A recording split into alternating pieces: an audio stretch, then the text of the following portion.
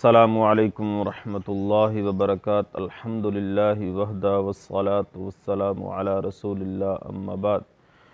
क़ाल अल्लाहु तआला अऊज़ु बिल्लाहि मिनश शैतानिर रजीम या अय्युहर रसूल कुलू मिन तय्यिबाति वअमलू सालिहन। अहबाब ग्रामी कदर, सय्यदना अबू हुरैरा रज़ियल्लाहु तआला अन्हु बयान करते हैं, अल्लाह के रसूल सल्लल्लाहु अलैहि वसल्लम ने फरमाया, सही बुखारी की रवायत है, यौम यअती ज़मानुन इला यौमिल क़ियामा, क़यामत के करीब एक वक़्त आएगा, एक ज़माना आएगा,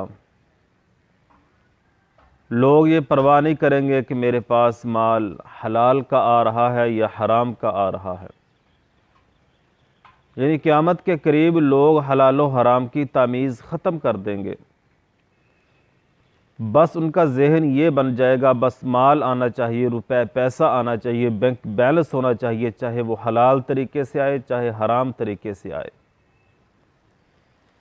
क्योंकि इस्लाम ने ये शर्त लगाई है कि हलाल का खाना है, हलाल का पीना है, हलाल का पहनना है, हलाल की रोज़ी रोटी से अपने जिस्म को तवाना रखना है। इस्लाम का मिजाज ये है कि हलाल तोय्यब पाकीज़ा रिज़्क इस्तेमाल करना है, हराम के करीब भी नहीं जाना। क्योंकि हराम के लुक़मे से जिस्म पला हुआ, हराम के लुक़मे से कपड़े, हराम के पैसे से कपड़ा पहना हुआ, अल्लाह रब्बुल आलमीन कोई भी नेकी कबूल नहीं करते। अल्लाह इबादत कबूल नहीं करते। मेरे मोहतरम अज़ीज़ भाइयों, बंदे का रिज़्क अगर हराम का है, खाना पीना हराम का है, पहनना हराम का है, तो अल्लाह रब्बुल आलमीन कोई भी इबादत कबूल नहीं करते।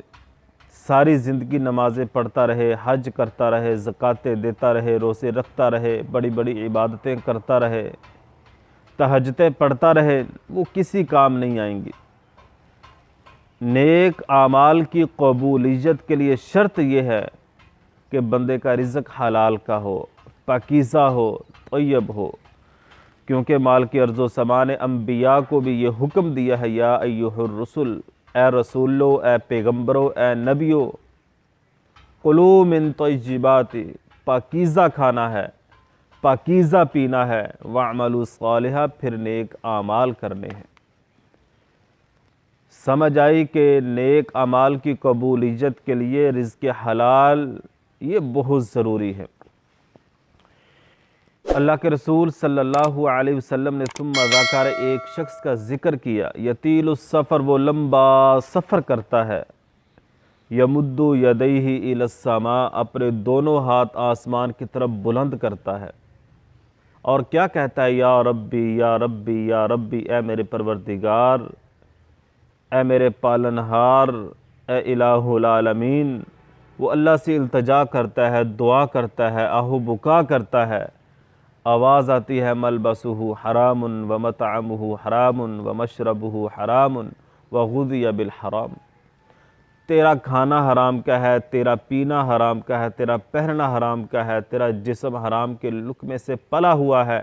फ़अन्ना युस्तजाबु लिज़ालिक, तो बता फिर तेरी दुआ कैसे कबूल हो। सामिन हज़रात, एक बंदा लंबा सफ़र करके बैतुल्लाह पहुँचता है, परागंदा बाल हो गए हैं, परागंदा कपड़े हो चुके हैं, वो गुलाफ के साथ चिमट के दुआ करता है, या रब्बी या रब्बी या रब्बी। मेरे मोहतरम भाइयों, दुनिया में रहते वो सूद का कारोबार करता रहा, रिश्वत लेता रहा, झूठ से माल कमाया और यतीमों मस्कीनों का हक खाया, लोगों की जायदादों पर कब्ज़ा करके बड़ा माल जमा करके हज भी कर ले तो अल्लाह की बारगाह के हाँ, अल्लाह की बारगाह में वो रायगाह चला जाएगा, उसका कोई फ़ायदा नहीं होगा। अल्लाह के रसूल सल्लल्लाहु अलैहि वसल्लम ने फरमाया, सय्यदना मुआज़ बिन जबल रज़ी अल्लाह तआला अन्हु बयान करते हैं, प्यारे पैगम्बर अलैहिस्सलातु वस्सलाम ने फरमाया, मा तज़ालु क़दमा अब्दिन यौमल क़ियामा, क़यामत वाले दिन इब्ने आदम अपने पाँव को हरकत नहीं दे सकेगा जितनी देर तक वो 4 सवालों का जवाब अपने मालिक को नहीं दे सकेगा। मन ऐना इक्तसबा, माल कहाँ से कमाया, और फीमा अनफका, और माल कहाँ खर्च किया। क़यामत वाले दिन हलाल व हराम की तमीज़ का एहसास बंदे को होगा जब अल्लाह ने यह सवाल करना है, माल कहाँ से कमाया और कहाँ खर्च किया। पाकीज़ा माल अगर हासिल किया, वो कमाया, वो खाया, बच्चों को खिलाया, बच्चियों को खिलाया, बेगम को खिलाया, रिश्तेदारों को खिलाया, इसका जवाब बहुत आसान होगा। अगर ये इस अफरा तफरी के दौर में, मुसाबकत के दौर में बस जहन ये माइंड बना हुआ है, माल आना चाहिए, रुपए पैसा आना चाहिए, बैंक बैलेंस होना चाहिए, रकबे ज़मीनें होनी चाहिए, तो फिर मेरे मोहतरम भाइयों इसका जवाब भी बहुत मुश्किल तरीन होगा। सामिन हज़रात, अल्लाह के रसूल सल्लल्लाहु अलैहि वसल्लम हराम खोरी से बहुत ज़्यादा बचते थे। एक दिन अल्लाह के रसूल सल्लल्लाहु अलैहि वसल्लम अपने बिस्तर पर गए, वहाँ खजूर का एक टुकड़ा पड़ा था, मुंह में डालने लगे, जहन में आ गया कहीं सदक़े का ना हो। अल्लाह के रसूल सल्लल्लाहु अलैहि वसल्लम ने वहीं पर छोड़ दिया। हसन हुसैन रज़ी अल्लाह तआला अन्हु को देखा, मुंह में खजूर थी। अल्लाह के रसूल सल्लल्लाहु अलैहि वसल्लम ने उंगली डाल के निकाल दी कि आले रसूल पर सदका हराम है। अबू बकर रज़ी अल्लाह तआला अन्हु का एक ग़ुलाम था जो हालत कुफ़र में कहानत करता था, नजूमी वाला काम करता था, वो मुसलमान हो गया। अबू बकर रज़ी अल्लाह तआला अन्हु ने माल कमाने के लिए उसको रख लिया। वो कहीं शख्स मिला, उसने उसको तोहफ़ा दिया कि हालत कुफ़र में मेरी कहानत की थी, ये मैं आपको तोहफ़ा देता हूँ, मेरा काम हो गया। वो शाम को ग़ुलाम आया, खाना पकाया, अबू बकर रज़ी अल्लाह तआला अन्हु को पेश किया। कहा ये खाना क्या था? कहा, अबू बकर कहने लगे नहीं इल्म। फरमाने लगे कि ये वो खाना है, मैंने हालत कुफ़र में एक बंदे की कहानत की थी, वो पूरी होगी, आज मुझे तोहफ़ा मिला है। अबू बकर रज़ी अल्लाह तआला अन्हु ने अपना हाथ, अपनी उंगली मुंह में डाल ली, कह करके अपने पेट में जो कुछ था सारा निकाल दिया।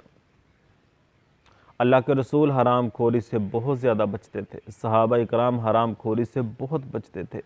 मेरे मोहतरम भाइयों, हलाल पाकीज़ा रोज़ी हासिल करनी है, इसमें बरकतें हैं। हराम लाखों करोड़ों भी हुआ तो इंसान की पूरी नहीं पाएगी और वो दिन रात परेशान ही रहेगा। देखिए ये हलाल तो ये बकरियां हैं, दिन ब दिन बढ़ती जा रही हैं, ईजड़ों के ईजड़ है, हलाल है, पाकीज़ा है, तोय्यब है, इसमें बरकतें ही बरकतें हैं। कुत्तों को देख लें, कुत्तों के बच्चों को देख लें, वो एक वक्त में 12-12 बच्चे देते हैं, लेकिन आपको इज्जत नज़र नहीं आएगा। वो कितने हमारी बकरियां, हमारे जानवर दिन में कितने ज़बह होती हैं, ईद कुर्बान पर कितने ज़बह होते हैं, लेकिन इसके बावजूद वो ईजड़ों को ईजड़ है। वो कुत्तों के बच्चे, कुत्ते जो हराम है, नजस है, वो एक वक्त में 12-12 बच्चे देती है, लेकिन फिर भी आपको ईजड़ नज़र नहीं आएगा। ये अक्ल वालों के लिए बेहतरीन मिसाल है। पाकीज़ा हलाल तोय्यब हासिल करोगे, इसमें बरकतें ही बरकतें हैं। हराम अगर तुम्हारे हलाल में भी दाखिल होगा, वो सारे का सारा ज़ाया हो जाएगा। सामिन हज़रात, हमें चाहिए कि अपनी रोज़ी रोटी को पाकीज़ा बना ले, ताकि हमारी दुआएं जो कबूल नहीं होती, अल्लाह फौरी कबूल फरमा ले। अल्लाह से दुआ है कि अल्लाह ताला अमल की तौफीक अता